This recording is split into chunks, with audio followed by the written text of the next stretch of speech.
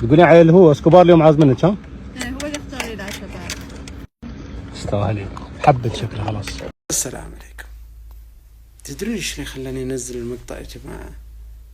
خلاني انزل المقطع ان هذا الشخص سبحان الله واضع ثقته في الحيوانات.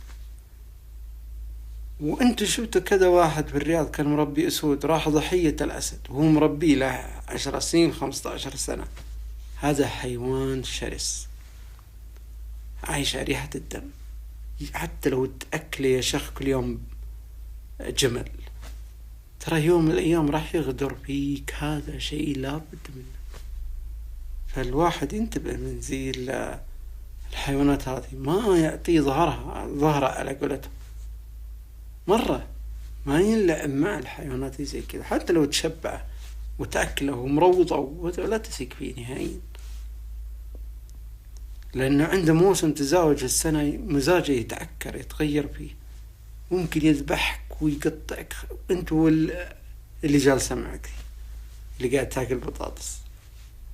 فاستغرب يا جماعة الخير، من اللي بايع عمره يجلس جنب هذا؟ والله أنا شفت مقطع الأسد في أسد هوليوود اللي غدر بصاحبه، كم سنة مربيه كان يطلع في الأفلام، في الأخير بلع صاحبه، قص العرق من هنا ما أخذ 20 دقيقة صاحبه إلا ميت. فما يستاهل فيها النمور والأسود. هذه جوارح، بعدين هذه مزاجية ما تعرف له، ما تقدر تتروض، ما لها ترويض نهائيا.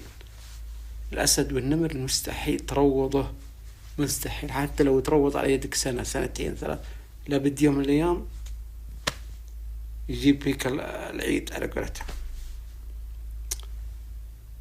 فالله المستعان يا جماعة الخير. هذا اللي رسالة للي عنده أسد ولا نمر توه صغير يربيه، نصيحة لا يكبر عندك، وديه حديقة الحيوان ولا شو لك حل بيه. يكبر عندك يجيب العيد فيك، يا فيك يا في عيالك.